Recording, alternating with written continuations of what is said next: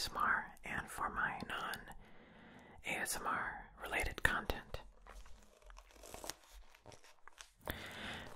So I'm just going to read some out of the pages of this catalog.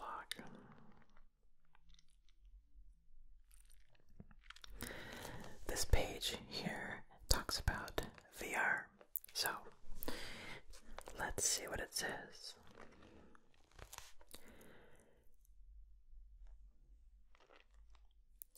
Virtual reality represents the first real forte that science fiction takes into science fact for consumers. We've all seen advances recently in the medical, educational, and even entertainment fields that blend futuristic visions into some sort of tangible reality. But virtual reality experiences will be the first time that you and I will be able to hold the future in our hands. I'm gonna get a little bit closer here. Go.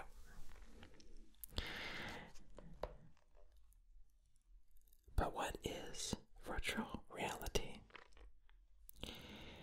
And how does it differ from AR, augmented reality?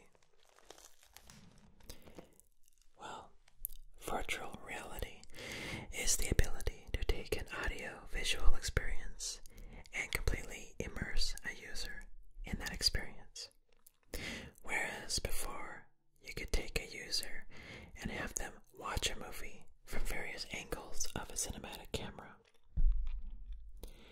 Now, you'll be able to let the user see the same angles from 360 degrees of immersion, meaning that not only will someone be able to see a dinosaur on the screen, they'll be able to walk around the dinosaur, pet the dinosaur, and feel the dinosaur. A smaller segment of virtual reality is augmented reality, which lets a user see the real world and interact with it without total immersion. For instance, Google Glass would be considered an augmented reality device. You see through the glass frames and view the real world, but images are overlaid on top of your field of view. So instead of interacting with a dinosaur, you would see a dinosaur skeleton in your local museum, and overlaid on the dinosaur skeleton would pop up additional facts, videos, or media relating to the dinosaur. But virtual reality is the harbinger of greater things to come, and is being developed at a far more aggressive pace. Samsung has already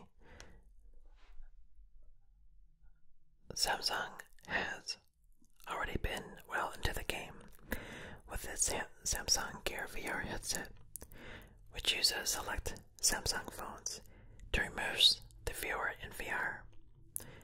Oculus made a splash this year at CES, showing off the Oculus Rift headset, which will be independent, meaning it won't be attached to a certain subset of phones, to thousands of show attendees, and the experience was received very well.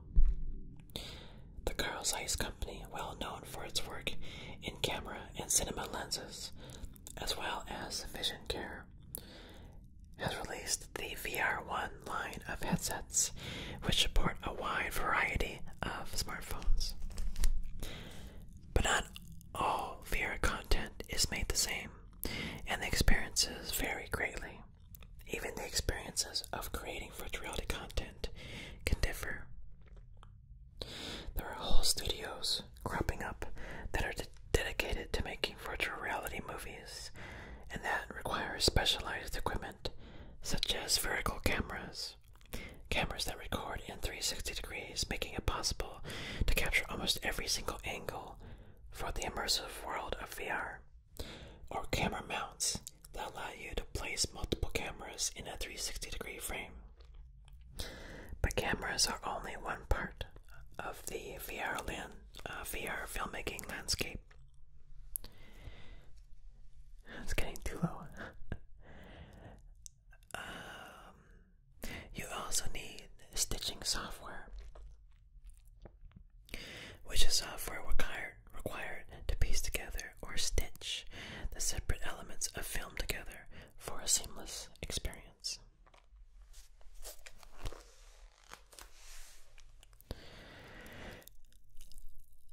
Now, because this is a B&H photo video catalog, they're going to talk about themselves now.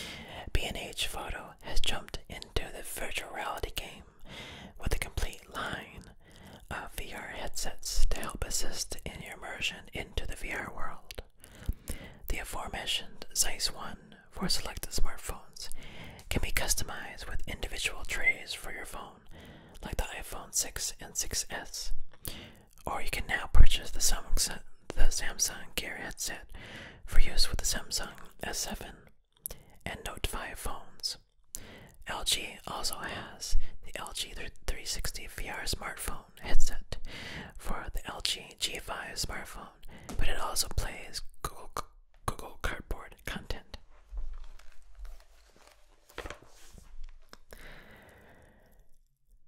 B&H sells virtual reality equipment as well that will help you get a foothold in this brave new virtual world. Besides single camera systems and kits from name brands like Kodak, Nikon, and Samsung, B&H also sells multi-camera solutions, most notably the GoPro 36 Heroes collection of cameras and mounting solutions. Some of these, like the F360 Explorer mount, can accept up to 6 GoPro cameras in standard housings, while others, like the 360 Heroes GoPro 10 HD 360, can take 10 GoPro cameras. The more cameras you have, the more area you can capture, and when you stitch the pieces of footage from multiple cameras together, the more immersive your virtual reality experience will seem. B&H also stocks mounts that can accept 12 or 14 GoPro cameras. Virtual reality is here, and it is definitely a wave worth riding into the future, with estimates predicting that it will become a $150 billion industry, far surpassing mobile by 2020, and selling an estimated 500 million headsets annually by 2025. Virtual reality will take a firm foothold in our hearts, in our minds, and in our wallets.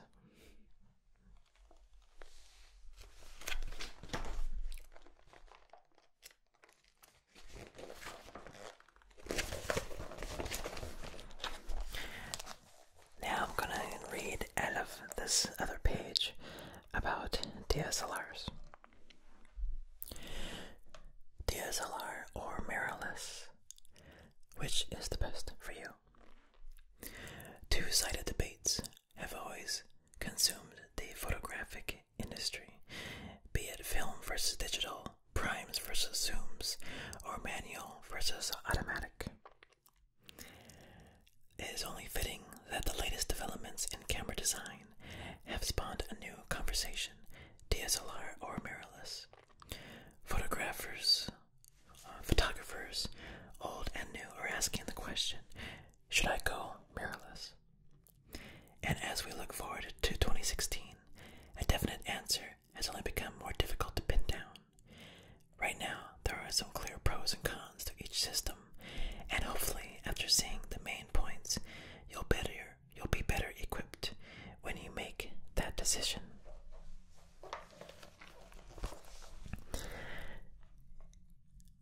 When you look at a line of DSLRs, it has always been easy to pick out that the top dog, flagship models, usually boast large bodies and added button styles, controls, and supersized batteries that mark them as the professional's camera. And this is along alongside industry-leading features and specs.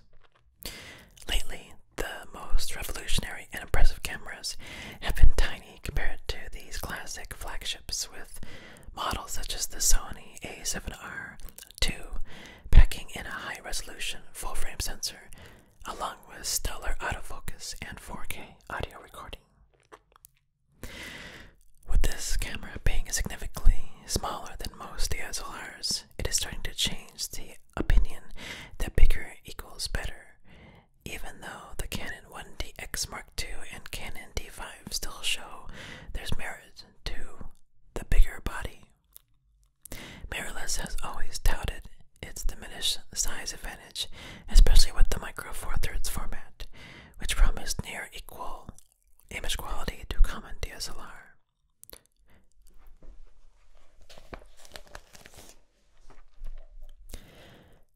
The smaller sensor afforded designers the ability to shrink the camera while balancing image quality, making it much better than existing compacts with fixed lenses.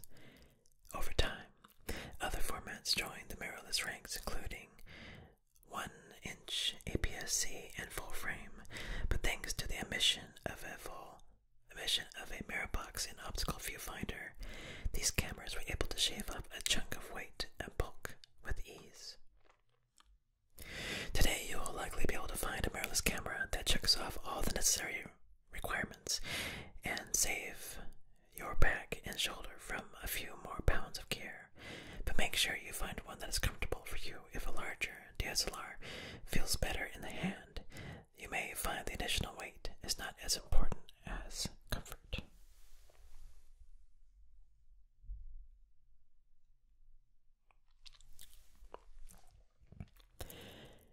The viewfinder debate. One major point of contention of a mirrorless system is the use of electronic viewfinder instead of the tried and true optical system. DSLRs are loved because of their true-to-life through the lens optical viewfinder system, which uses a series of mirrors to reflect light to your eye. Mirrorless cameras, on the other hand, eliminate all the prisms to make significant savings in size, but require an electric viewfinder or LCD screen for image monitoring. If there is one thing photographers have learned to trust above any display, is their own eye. We have even created the term chipping to describe the act of checking images on the rear screen. So where do shooters fall on the optical versus electronic spectrum? Well, right down the middle. This is one of the easiest ways to decide if you should go mirrorless. If you can't stomach the thought of replacing your trusty optical finder with an electronic display, then you'll best be sticking to the classic SLR. There are other reasons.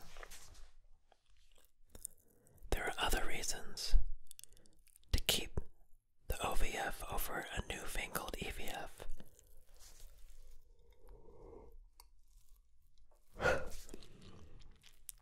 Including the ability to compose without turning on the camera, an unlimited dynamic range, and the fact that it is the real image being presented to you with absolutely no lag or delay. Electronic viewfinders have usually been plagued by two things: resolution and refresh rates. If you look through an EVF and can make out the pixels, it can ruin the experience. Likewise, if you start shooting and miss the shot because the image you are looking at is a few frames behind, it can be incredibly disappointing. However, screen technology has gotten better and better, making this less of an issue today and even less so tomorrow.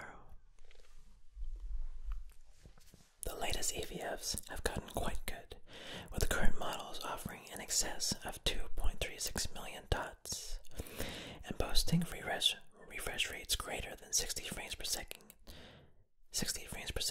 making this less of an issue. It is still a concern if this is going to be your first EVF, but most forward-thinking users are able to quickly and easily adjust to the system and benefit from the numerous advantages. Being a screen, it has access to many digital-only features. Users can punch in to check focus, put up a histogram for exposure, and have a digital level all in view without removing their eye from the viewfinder.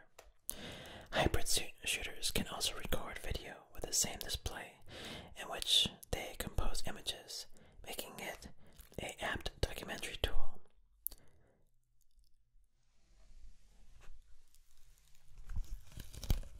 One final bonus is what you see is what you get, meaning that what you see in the viewfinder is exactly how the image will be captured. So, even if AVFs aren't quite perfect, they do a spectacular job and are loaded with features. Lenses, mounts, and adapters. DSLRs will have the greatest selection of lenses with many specialized optics and have tried and true electronics with complete autofocus support and stabilization. They will also have greater selection of certain common lenses, such as all-in-one zooms or the classic 50mm and more third-party support. Mirrorless systems are newer and so are still working to catch up, though they do have impressive optics themselves. If you're looking at a new mirrorless system, make sure that you can get the lens you need in the system you want to purchase, as the lens will have a larger impact on your images than the camera and will last far longer.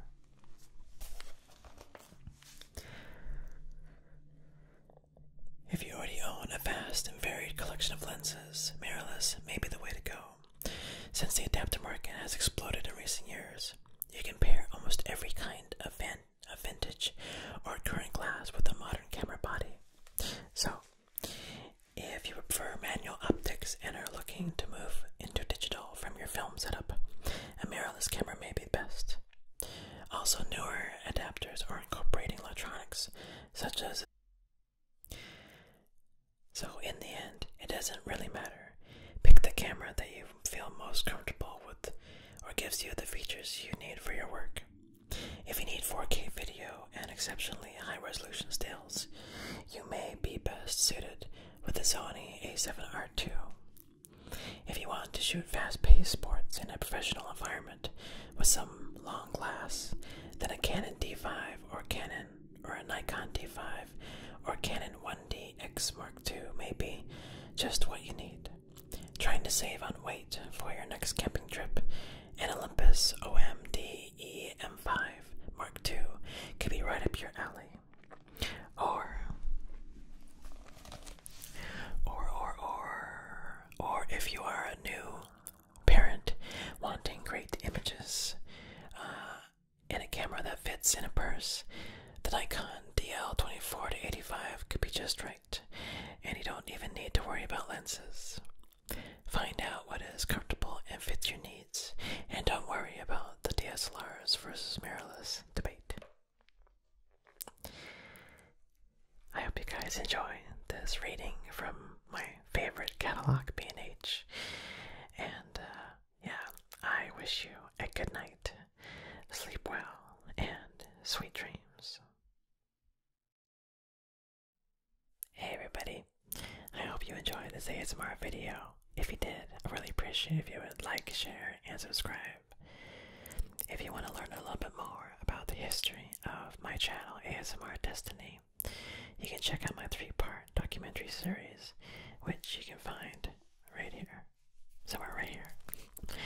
And then, if you want to just watch my last uploaded video, you can also find that right here. And lastly, I'm on all the social media sites, so if you would like to follow me, I post up a lot of behind the scenes photos and videos and information about my upcoming projects, so check me out. Just look up ASMR Destiny and you'll find me.